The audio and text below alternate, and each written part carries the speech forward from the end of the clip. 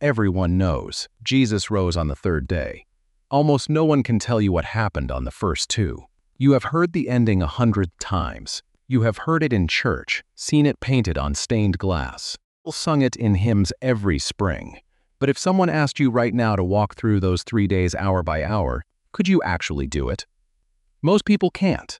Between the cross and the empty tomb sits a silence the Bible barely fills in and inside. That silence is a story you have probably never actually heard told in full. It is Friday afternoon, just before sunset, in the year most scholars place around 33. The body of a man named Jesus of Nazareth hangs lifeless on a wooden beam outside the walls of Jerusalem. The crowds that screamed for his death that morning are already gone. A handful of soldiers remain bored, waiting for orders. And one man is running out of time, and you're about to understand exactly why. His name is Joseph of Arimathea. He is wealthy. He is a member of the Sanhedrin, the very council that condemned Jesus to die. And yet he is about to do something that could cost him everything. In a few hours, the sun will set, the Sabbath will begin, and Jewish law forbids leaving a body exposed overnight. If you have ever felt the clock running out on something you knew you had to do, you already understand the pressure Joseph was under. He has minutes, not hours, to act. He walks to Pontius Pilate. He asks for the body. Imagine the nerve that takes a council member. The same council that just sentenced this man to death, now standing in front of the Roman governor, asking for the corpse of someone executed for claiming to be a king. Pilate is surprised. Jesus is already dead. Crucifixion victims sometimes lingered for days, sometimes longer. He sends a centurion to confirm it. Only then does he grant permission. What happens next moves fast. A man named Nicodemus arrives, another council member. The same one who once visited Jesus secretly at night, too afraid to be seen with him in daylight. This time he is not hiding. You can picture him walking in plain view, carrying roughly 75 pounds of myrrh and aloes, a burial gift fit for a king, though there is no time to use it properly. Together, Joseph and Nicodemus take the body down. They wrap it not with the full anointing rituals Jewish burial customs required, but quickly, urgently, the spices pressed loosely into the linen, the proper preparation left unfinished. There was no time for anything else. The sun was already falling toward the horizon, and you can almost feel them racing it. That detail matters more than it sounds, because what they leave undone on Friday will matter enormously on Sunday morning. But we will get to that. Not yet. The tomb itself belongs to Joseph. It is new, cut into rock, never used. They lay the body inside, and then comes the sound that ends the first day, the grinding of a massive stone. Rolled across the entrance, it seals nothing more than darkness. No embalming completed, no final rites. Just a body, a borrowed tomb, and a Sabbath about to begin in which nothing more can legally be done. This is where most retellings jump straight to Sunday. But there is a Saturday in between. A full day of total silence in the historical record. And it might be the most unsettling 24 hours in the entire story. If you've ever sat in the in-between, after the funeral but before life resumes, you already know the kind of silence we're talking about. Jewish burial customs of the first century weren't simple. A body was washed, anointed with spices to slow decay, and wrapped in linen strips, often with the face covered separately. None of that happened properly on Friday. You have to picture what that meant for Joseph and Nicodemus, two respected men, forced to perform a half-finished ritual on the body of someone the entire council had just condemned, racing a sunset that would not wait for them, whatever grief they carried. They had no time to express it. They simply worked, fast, with the city growing quiet around them as Sabbath approached. Here's what most people miss.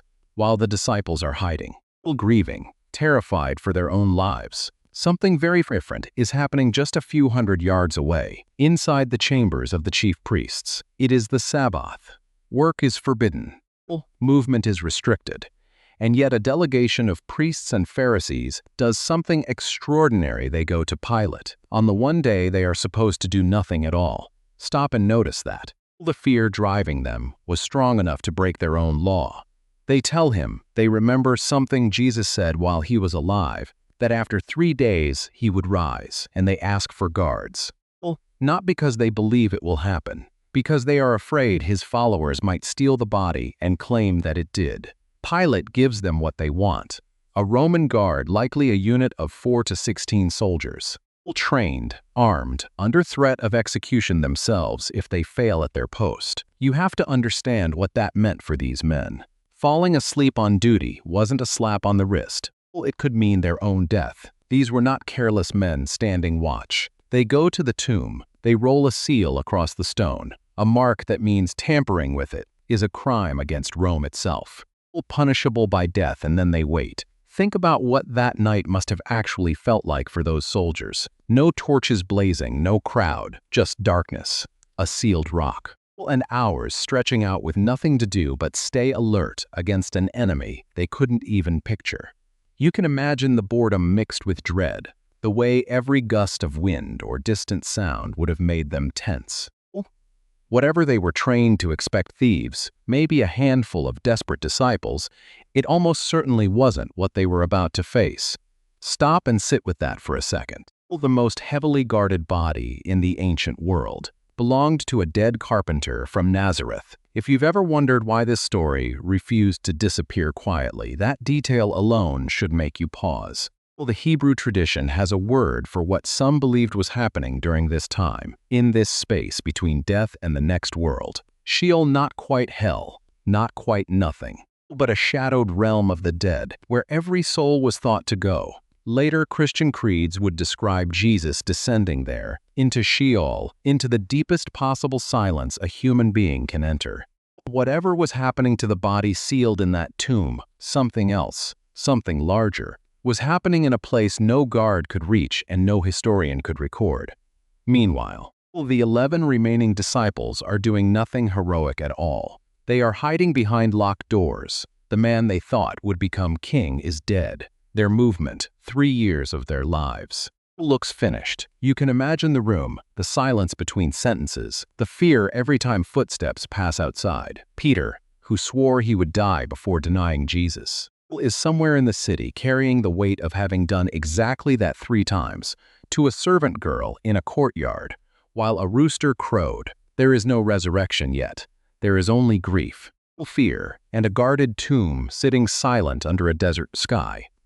You have to wonder what John was thinking, the youngest of them, the one who had stood at the foot of the cross when the others scattered, or Thomas, who would later refuse to believe anything without seeing it himself already. On this Saturday, sitting in disbelief of a different kind, disbelief that any of this was actually real. 11 men who had given up homes, families, careers, to follow a man now lying in a borrowed grave. If you have ever invested everything you had into something that suddenly looked like it had failed completely, you already know exactly how heavy that room must have felt. What none of them know, what no one watching that sealed stone could possibly know, is what's about to happen at first light. And it's not what anyone, friend or enemy, was expecting. If this is landing for you, stay with me. What comes next is the reason I made this video. Because the part of the story you've heard 1,000 times, the empty tomb, only makes sense once you understand everything that had to happen first. The unfinished burial, the broken Sabbath, the sealed stone. Every piece is about to collide, and you're going to see exactly how. Saturday ends the way it began, in silence. No movement at the tomb, no word from the disciples.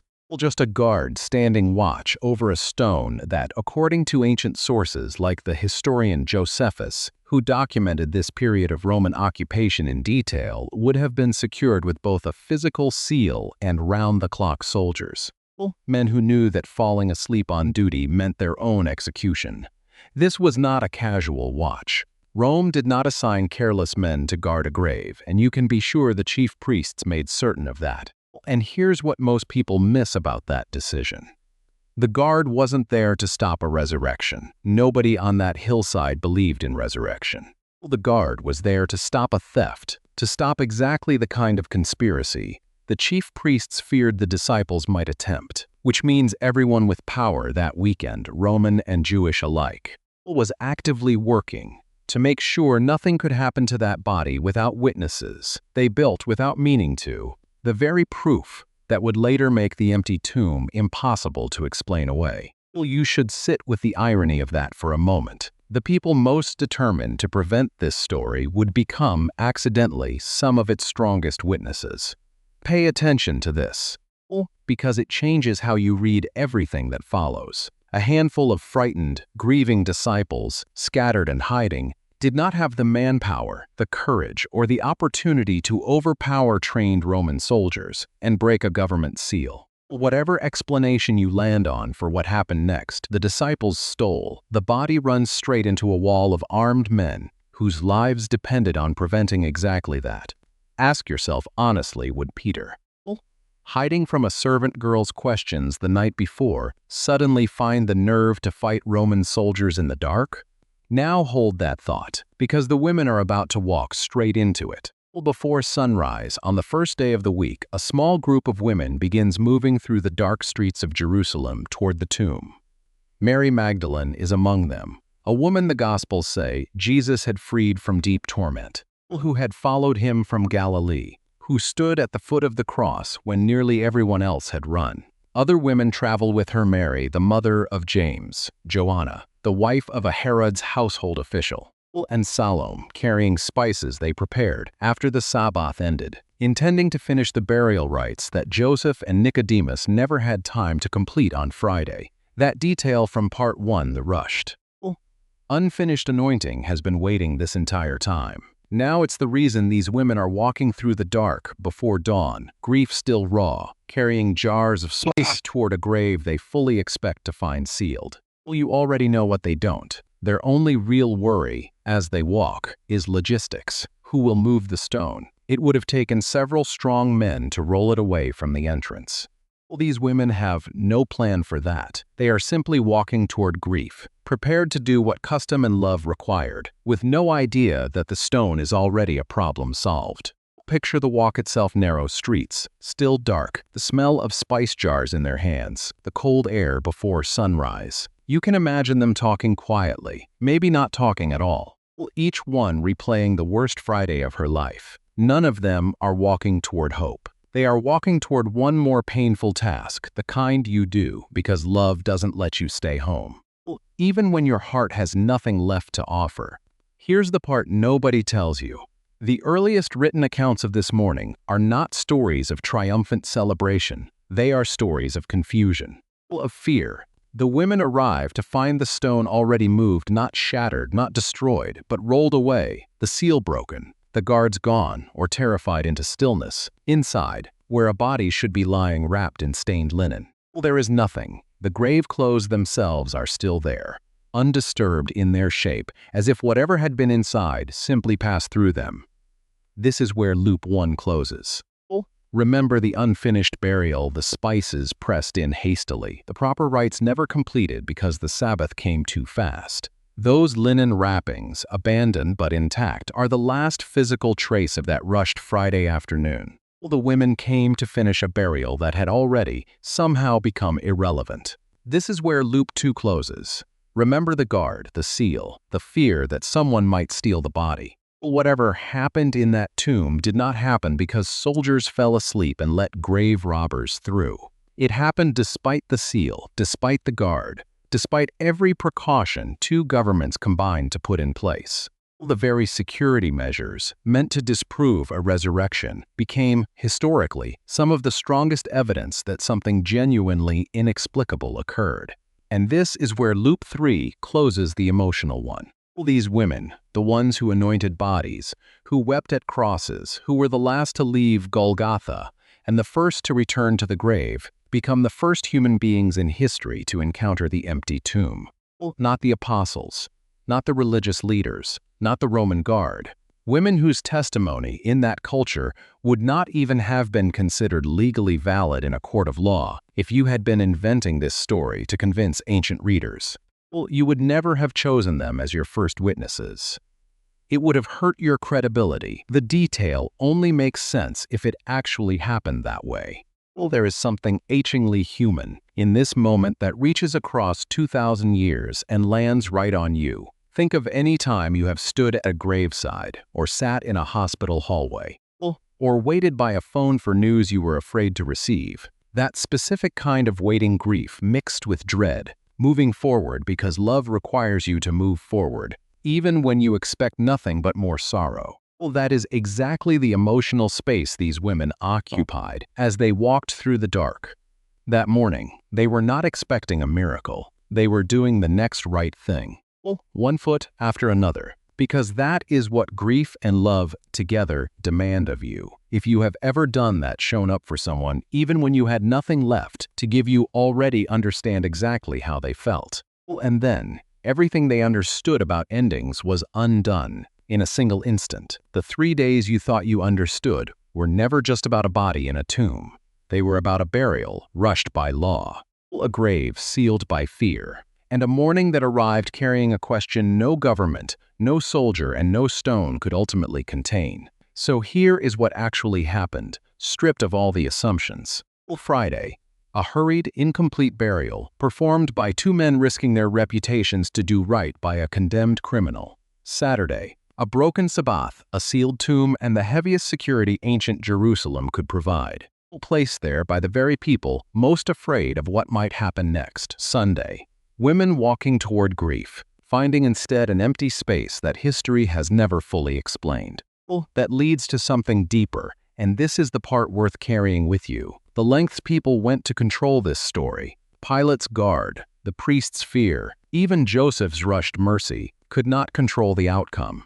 Something happened that weekend that neither power nor precaution could prevent. You can study every safeguard those men put in place, and none of it changes what the women found that morning. And here is what it means for you, specifically right now. If the ending of this story could not be stopped by soldiers, seals, or stone, then whatever you are carrying, whatever feels sealed shut in your own life, whatever feels final, whatever feels over, is not necessarily the final word either. You don't have to take that on faith blindly. You can look at the evidence of that weekend and ask yourself what it would mean if it were true. Which leaves one last thing for you to sit with. Those women walked toward a tomb expecting nothing but more grief, and they were the first to learn that grief does not always get the last sentence. That is the whole story, underneath all the history and all the detail. Not a clever twist, a promise that the worst moment is not always the last one. And that promise is just as available to you today as it was to a handful of grieving women walking through the dark 2,000 years ago. So, tell me which part of these 3 days surprised you the most? The unfinished burial, the broken Sabbath, or the women at the tomb? Let me know in the comments below. I read every one of them.